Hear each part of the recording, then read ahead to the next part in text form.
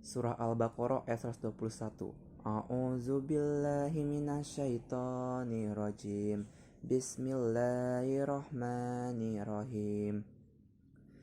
Allazina atainahumul kitaba yatlunnahu haqqa tilawati. Ulaika yu'minun nabi wa ma yakfur bihi fa ulaika humul khasirun. Artinya, orang-orang yang telah kami beri kitab, mereka membacanya sebagaimana mestinya, mereka itulah yang beriman kepadanya, dan barang siapa ingkar kepadanya, mereka itulah orang-orang yang rugi. Menganalisis dan mengevaluasi sejarah perkembangan Islam di Indonesia. Para pakar sejarah berbeda pendapat mengenai sejarah masuknya Islam ke Nusantara. Terdapat 3 teori besar yang dikembangkan oleh Ahmad Mansur Suryanegara yang terkait asal, pembawanya, dan waktu. Pertama, teori Gujarat Islam dipercaya datang dari wilayah India melalui para pedagang India Muslim pada sekitar abad ke-13 Masehi. Kedua, teori Mekah. Islam dipercaya tiba langsung dari Timur Tengah melalui jasa para pedagang Arab Muslim abad ke-7 Masehi. Ketiga, teori Persia. Islam tiba di Indonesia melalui peran para pedagang asal Persia sekitar abad 13 Masehi.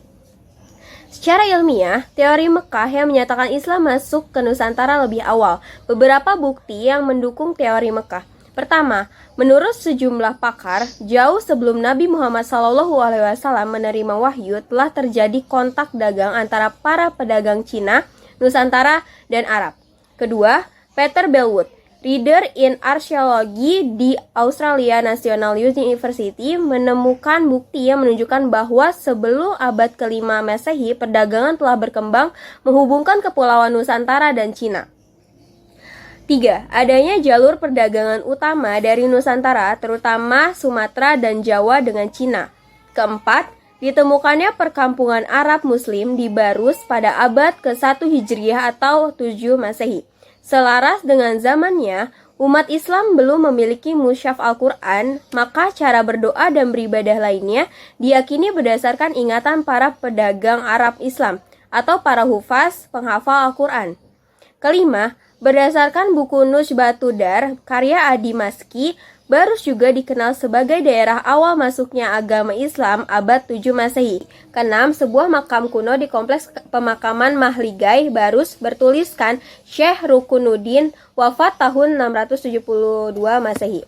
Yang ketujuh, ada Hamka, seorang pencatat sejarah Tiongkok yang mengembara pada tahun 674 Masehi.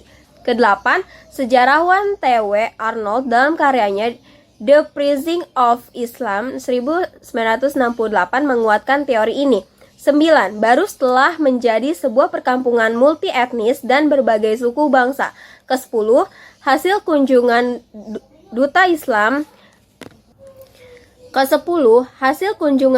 Islam ini adalah Raja Jaisima masuk Islam.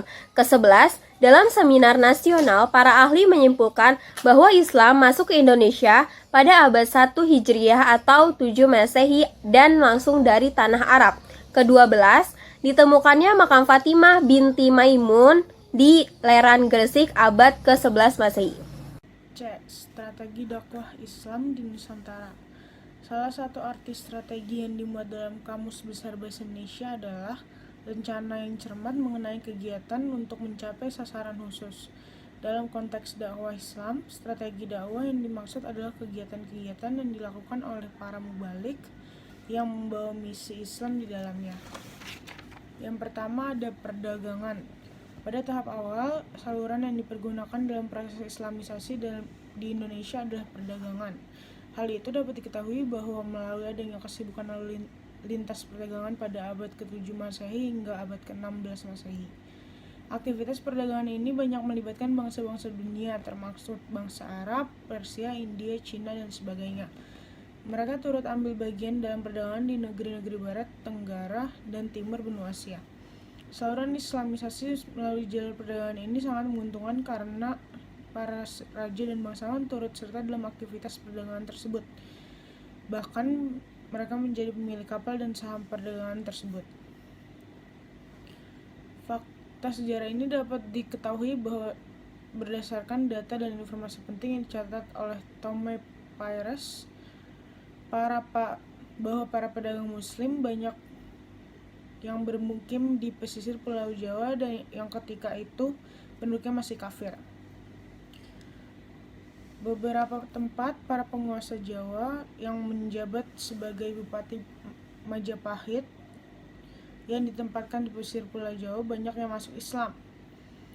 Keislaman mereka bukan hanya disebabkan oleh faktor politik dalam negeri yang tengah goyah, tetapi terutama karena faktor hubungan ekonomi dengan para pedagang ini sangat menguntungkan secara material bagi mereka, yang pada akhirnya memperkuat posisi dan kedudukan sosial masyarakat di Jawa. Hubungan perdagangan ini dimanfaatkan oleh para pedagang muslim sebagai sarana atau media dakwah, sebab dalam Islam setiap muslim memiliki kewajiban untuk menyebarkan ajaran Islam kepada siapa saja dengan tanpa paksaan. Oleh karena itu, ketika penduduk Nusantara banyak yang berinteraksi dengan pedagang muslim dan keterlibatan mereka semakin jauh dalam aktivitas perdagangan, banyak di antara mereka yang memeluk Islam. Karena pada saat itu jalur-jalur strategis perdagangan internasional hampir sebagian besar dikuasai oleh pedagang muslim. Perdagangan internasional, maka mereka harus berperan aktif dalam perdagangan internasional dan harus sering berinteraksi dengan pedagang muslim. Yang kedua ada perkawinan. Dari aspek ekonomi, para pedagang muslim memiliki status sosial ekonomi yang lebih baik daripada kebanyakan penduduk pribumi.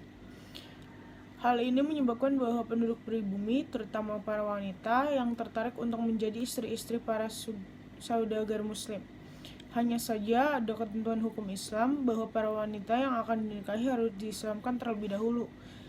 Para wanita dan keluarga mereka tidak merasa keberatan karena proses pengislaman hanya akan mengucapkan 2 kalimat syahadat tanpa ucapan atau ritual rumit lainnya. Setelah itu mereka menjadi komunitas muslim di lingkungannya sendiri. Keislaman mereka menempatkan diri dan keluarganya berada dalam status sosial dan ekonomi cukup tinggi, sebab mereka menjadi muslim Indonesia yang kaya dan status sosial terhormat. Kemudian setelah mereka memiliki keturunan, lingkungan mereka semakin luas. Akhirnya timbul kampung-kampung dan pusat-pusat kekuasaan Islam. Dalam perkembangan berikutnya ada pula para wanita muslim yang dikawini oleh keturunan bangsa lokal. Hanya saja anak-anak para bangsawan tersebut harus diislamkan terlebih dahulu. Dengan demikian mereka menjadi keluarga muslim dengan status sosial ekonomi dan posisi politik penting masyarakat. Jalur perkawinan ini lebih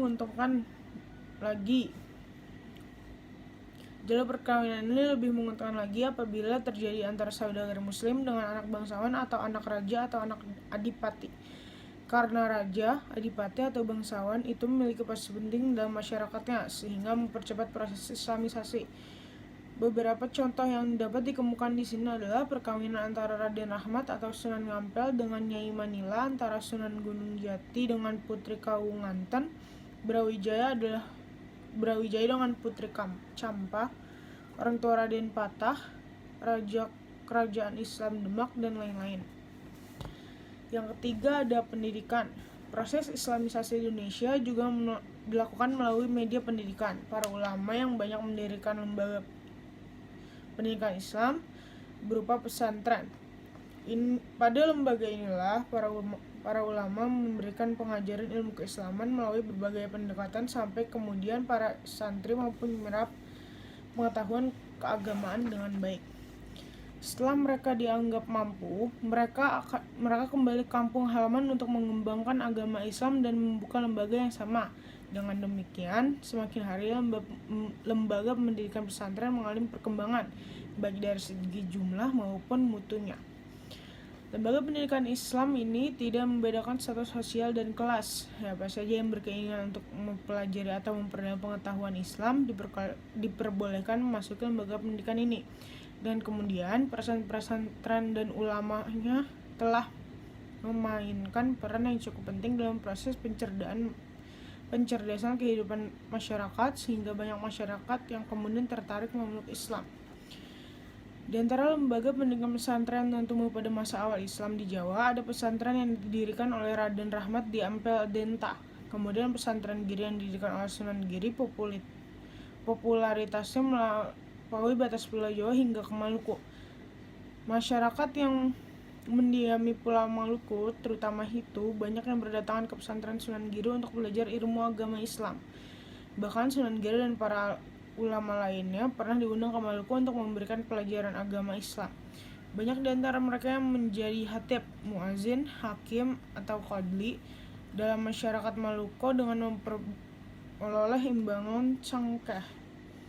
Dan cara-cara seperti itu, maka agama Islam terus menyebar ke seluruh penjuru Nusantara, hingga akhirnya banyak penduduk Indonesia yang menjadi Muslim. Oleh karena itu, dapat dikatakan bahwa model pendidikan pesantren yang tidak mengenal kelas menjadi media penting dalam proses penyebaran Islam di Indonesia. Bahkan kemudian diadopsi untuk mengembangkan pendidikan keagamaan pada lembaga-lembaga pendidikan sejenis di Indonesia. 4. Tasawuf.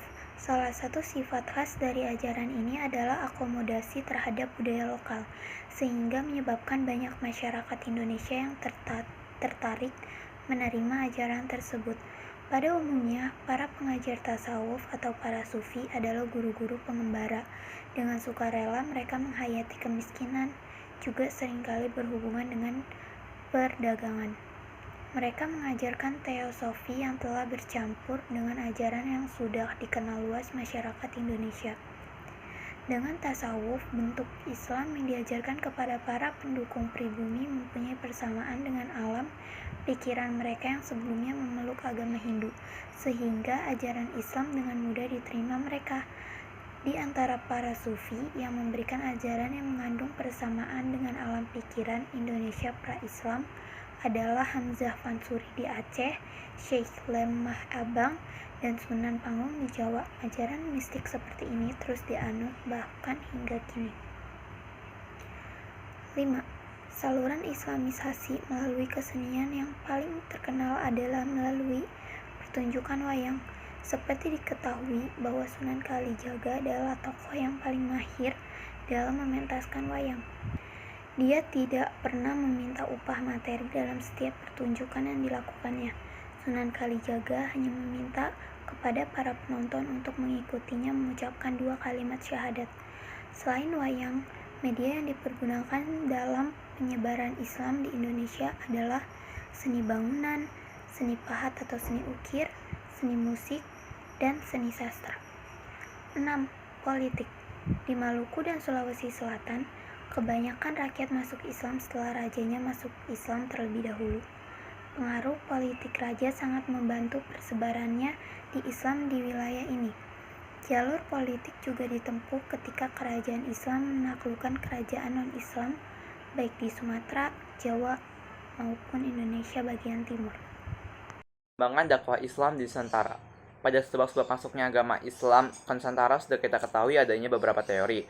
Beberapa bukti-bukti yang ada teori Mekah cukup meyakinkan untuk dipilih, yaitu bahwa agama Islam sudah masuk ke wilayah Nusantara dari abad ke-1 ke 7 Masehi.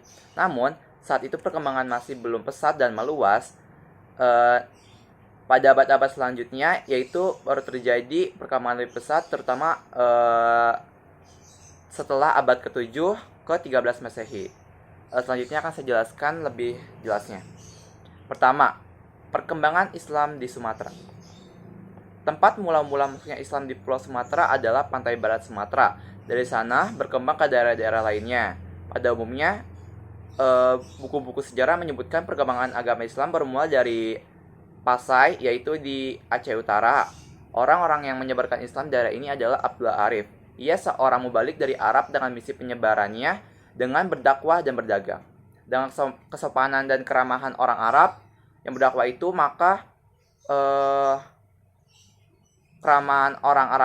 maka penduduk Pasai itu sangat terkesan. Akhirnya mereka menyatakan diri masuk Islam.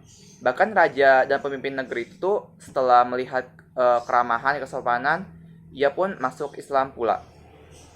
Masyarakat Pasai sangat giat belajar agama Islam, malah ada dari kalangan raja sangat diutus menuntut ilmu ke Mekah. Kerajaan Islam Pasai berdiri sekitar tahun 1927 yang kemudian dikenal dengan sebutan Serambi Mekah. Setelah agama Islam berkembang di Pasai dengan cepat, tersebar pula ke daerah-daerah lainnya, yaitu ke Pariaman, Sumatera Barat. Islam datang ke Pariaman dari Pasai melalui laut pantai. Lokasinya di pantai barat Pulau Sumatera. Ulama yang terkenal membawa Islam ke Pariaman itu adalah Syekh Burhanuddin. Penyiaran agama Islam dilakukan secara pelan-pelan dan bertahap sebab adat di Sumatera Barat sangat kuat. Dengan arif dan bijaksana, para mubalik dapat memberikan pengertian pada masyarakat dan akhirnya masyarakat Sumatera Barat dapat menerima agama Islam dengan baik. Sebagai bukti bahwa Islam diterima oleh masyarakat Sumatera Barat dengan kerelaan dan kesadaran adalah dengan istilah yang mengatakan adat bersendi syara bersendi kitabullah. Jadi adat istiadat yang dipegang teguh oleh masyarakat Sumatera Barat itu adalah adat yang bersendikan Islam, artinya Islam menjadi dasar adat sekitar tahun 1440 agama Islam masuk ke Sumatera Selatan. Mubalik yang paling berjasa membawa Islam ke Sumatera Selatan adalah Raden Rahmat atau Sunan Ampel. Arya Damar yang kemudian terkenal dengan nama Aryadillah atau Abdillah adalah Bupati Majapahit di Palembang. Waktu itu kemudian Raden Rahmat atau Sunan Ampel membersiaran kepada Abdillah agar bersedia menyebarkan agama Islam di Sumatera Selatan. Atas rahmat dan petunjuk Allah Subhanahu wa taala, saran Raden Rahmat tersebut pun dilaksanakan oleh Aryadillah sehingga agama Islam di Sumatera Selatan itu berkembang dengan baik. 2. Perkembangan Islam di Kalimantan, Maluku, dan Papua. Di Pulau Kalimantan, agama Islam mula-mula masuk di Kalimantan Selatan dengan ibu kotanya Banjarmasin. Pembawa agama Islam ke Kalimantan Selatan ini adalah para pedagang bangsa Arab dan para mubalik dari Pulau Jawa. Perkembangan agama Islam di Kalimantan Selatan itu sangat pesat dan mencapai puncaknya setelah Majapahit runtuh pada tahun 1478. Daerah lainnya di Kalimantan yang dimasuki agama Islam adalah Kalimantan Barat. Islam masuk ke Kalimantan Barat mula-mula di daerah Muara Sambas dan Sukadana. Dari dua daerah inilah baru tersebar ke seluruh Kalimantan Barat. Pembawa agama Islam ke daerah Kalimantan Barat adalah para pedagang dari Johor, Malaysia, serta ulama dan mubalik dari Palembang, Sumatera Selatan. Sultan Islam yang pertama tahun 1991 di Kalimantan Barat berkedudukan di Sukadana, yaitu penembahan Giri Kusama. Penyebaran Islam di Kalimantan Timur, terutama di Kutai, dilakukan oleh Dato' Ri. Bandang dan Tunggang melalui jalur perdagangan kemudian sejak abad ke-15 antara tahun 1400 sampai 1500, Islam telah masuk dan berkembang di Maluku.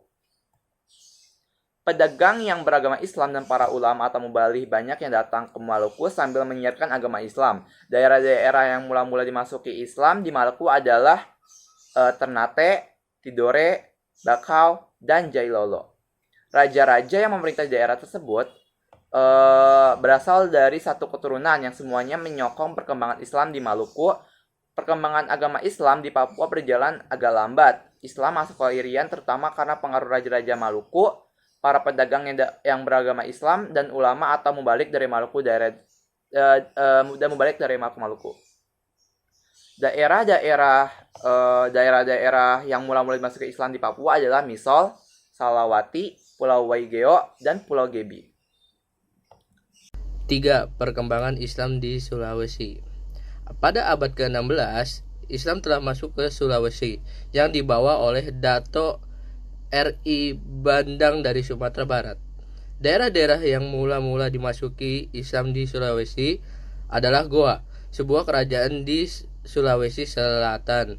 Sebelum Islam datang ke daerah ini, penduduknya menganut kepercayaan nenek moyang. Setelah Dato' R.I. Bandang berkunjung ke Sulawesi Selatan, Raja Goa yang bernama Karaeng Tonigalo masuk Islam. Kemudian atas usul Dato' R.I. Bandang, Raja Goa berganti nama dengan nama Alauddin. Jauh sebelum Raja Goa ini masuk Islam, para pedagang yang telah menyiarkan agama Islam di tengah-tengah masyarakat Sulawesi Selatan dan banyak penduduk yang telah menganut agama Islam. Setelah Sultan Awaluddin wafat, beliau diganti oleh putranya yang bernama Sultan Hasanuddin. Dari Goa, Islam terus berkembang ke daerah-daerah lainnya seperti daerah Talo dan Bone. 4. Perkembangan Islam di Nusa Tenggara. Sebagaimana daerah-daerah lain, pada tahun 1540 agama Islam masuk pula ke Nusa Tenggara. Masuknya agama Islam ke Nusa Tenggara dibawa oleh para mubalik dari Bugis, Sulawesi Selatan, dan dari Jawa. Agama Islam berkembang di Nusa Tenggara mula-mula di daerah Lombok yang penduduknya disebut suku Sasak.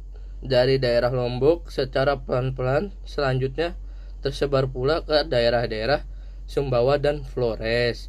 5. Perkembangan Islam di Pulau Jawa. Agama Islam masuk ke Pulau Jawa kira-kira pada abad 11 Masehi yang dibawa oleh para pedagang Arab dan para mubalik dari Pasai. Tempat yang mula-mula dimasuki Islam di Pulau Jawa yaitu daerah-daerah pesisir utara Jawa Timur. Tokoh terkenal yang berdakwah di Jawa Timur adalah Maulana Malik Ibrahim. Beliau menetap di Gresik. Kemudian mendirikan pusat penyiaran agama Islam dan pusat pengajaran. Dalam majelisnya itu beliau mengkader beberapa orang murid. Selanjutnya mereka menyiarkan agama Islam ke daerah-daerah lain di Pulau Jawa. Di Jawa Tengah, penyiaran agama Islam berpusat di Demak. Penyiaran agama Islam di Pulau Jawa dilakukan oleh para wali yang berjumlah 9 orang yang dikenal dengan Wali Songo atau Wali 9. Kemudian murid-murid Wali Songo turut pula menyiarkan agama-agama Islam ke daerah pedalaman Pulau Jawa, sehingga agama Islam berkembang dengan pesat. Kerajaan Islam.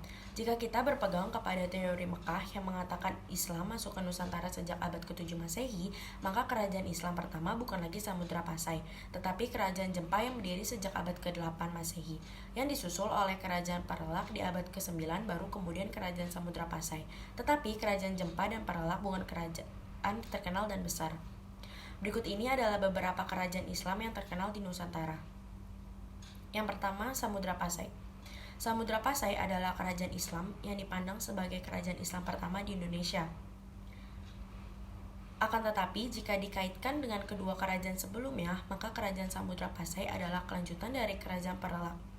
Kerajaan ini didirikan oleh Sultan Malik Al-Saleh pada tahun 1285, abad 13 Masehi, sekaligus sebagai raja pertama. Setelah meninggal, ia digantikan oleh putranya, Sultan Muhammad Hatta atau yang dikenal sebagai Malik Al-Tahir. Ia memerintah sampai tahun 1326 Masehi, kemudian digantikan oleh Sultan Ahmad Malik Al-Tahir II. 2. Kerajaan Aceh. Kerajaan Aceh didirikan oleh Sultan Ibrahim yang bergelar Sultan Ali Mukhayat Shah atau disebut juga Sultan Ibrahim. Kerajaan Aceh mencapai masa keemasan pada masa pemerintahan Sultan Iskandar Muda. Selanjutnya, Sultan Iskandar Muda digantikan oleh menantunya yaitu Iskandar Thani. 3. Kerajaan Demak. Kesultanan Demak didirikan oleh seorang adipati yang bernama Raden Patah. Untuk menghadapi Portugis Armada, Demak yang dipimpin oleh Pati Unus atau putra Raden Patah melancarkan serangan terhadap Portugis di Malaka. Oleh karena itu, Pati Unus diberi gelar Pangeran Sabranglor yang artinya pangeran yang pernah menyeberangi lautan di sebelah utara Kesultanan Demak. Setelah Raden Patah meninggal, ia digantikan oleh Pati Unus. Selanjutnya, Pati Unus digantikan oleh Trenggana. Setelah Sultan Trenggana meninggal, terjadi pertikaian antara Pangeran Sekar Sedaing Lepen dengan Pangeran Pangeran Purwoto berhasil membunuh Pangeran Sekar Sedaing Lepen, tetapi kemudian Pangeran Purwoto dibunuh oleh Arya Penangsang, yaitu anak Pangeran Sekar Sedaing Lepen. Arya Penangsang kemudian tampil menjadi Sultan Demak keempat. Pemerintahan Arya Penangsang dipenuhi dengan kekacauan karena banyak orang yang tidak suka dengannya, hingga pada akhirnya seorang adik 4 Dipajang bernama Adiwijaya atau Jakatingkir atau Mas Karebet berhasil membunuhnya. Setelah kematian Arya Penangsang, kerajaan Demak berpindah tangan ke Jakatingkir. Kerajaan yang selanjutnya adalah Kerajaan Pajang. Pendiri Kesultanan Pajang adalah Adiwijaya. Setelah Sultan Adiwijaya meninggal, seharusnya Pangeran Banawa yang menduduki tahta Pajang, akan tetapi ia disingkirkan oleh Arya Pangiri. Tindakan Arya Pangiri ini menimbulkan upaya-upaya perlawanan. Hal ini kemudian dimanfaatkan oleh Pangeran Banawa untuk merebut kembali tahta Pajang. Karena itu ia menjalin kerjasama dengan Mataram yang dipimpin oleh Sutawijaya. Setelah Arya Pangiri sudah dapat dikalahkan, Pangeran Banawa justru menyerahkan kekuasaan pada Sutawijaya. Selanjutnya Sutawijaya memindahkan Pajang ke Mataram sehingga berakhirlah kekuasaan Pajang. Selanjutnya ada Mataram Islam. Mataram merupakan hadiah dari Adiwijaya kepada Ki Ageng Pemanahan karena ia telah berjasa membantu Adiwijaya menaklukkan Arya Pangangsang. Pada pemerintahan Sultan Agung, Mataram mencapai masa kejayaan, akan tetapi Mataram mulai mengalami kemunduran. Ketika masa pemerintahan pengganti Sultan Agung, kemunduran Mataram yang lebih utama karena aneksasi yang dilakukan Belanda.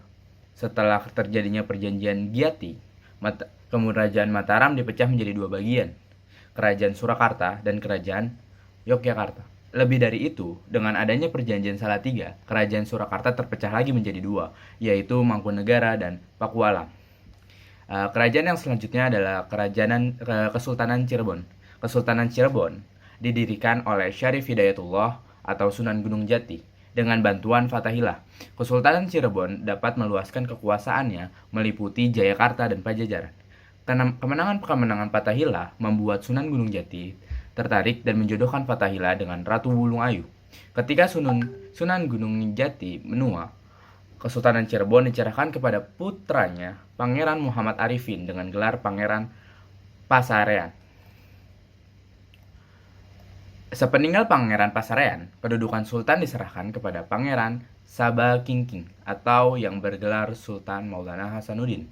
Pada abad ke-19, terjadi perselisihan antar keluarga sehingga Kesultanan Cirebon dipecah menjadi 2, yaitu Kesapuhan dan Kanoman.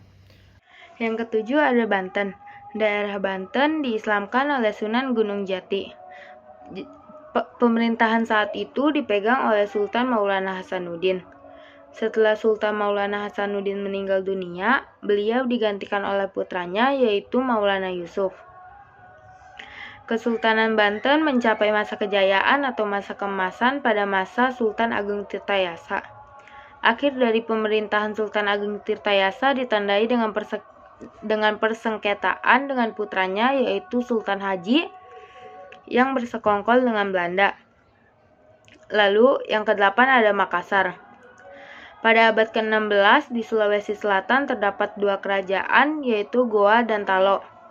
Kedua kerajaan itu bersatu dengan nama Goa Talo. Makassar dengan ibu kota Somba Opu dan dikenal sebagai kerajaan Islam pertama di Sulawesi. Yang bertindak sebagai rajanya adalah Raja Goa yaitu Daeng Mandrabia dengan gelar Sultan Alauddin dan sebagai mangkubumi atau perdana menteri yaitu Raja Talo dengan nama Karaeng Matoaya yang bergelar Sultan Abdullah yang pada masa pemerintahan itulah menjadi puncak kejayaan Makassar. Lalu yang ke-9 ada Ternate dan Tidore. Kerajaan Ternate berdiri sekitar abad ke-13. Ternate saat itu mencapai puncak kejayaan yaitu pada masa pemerintahan Sultan Ba'abullah. Sedangkan raja yang terkenal di Tidore adalah Sultan Nuku. Lalu muncullah Sultan Harun yang sekarang menjadi nama di salah satu universitas di Ternate.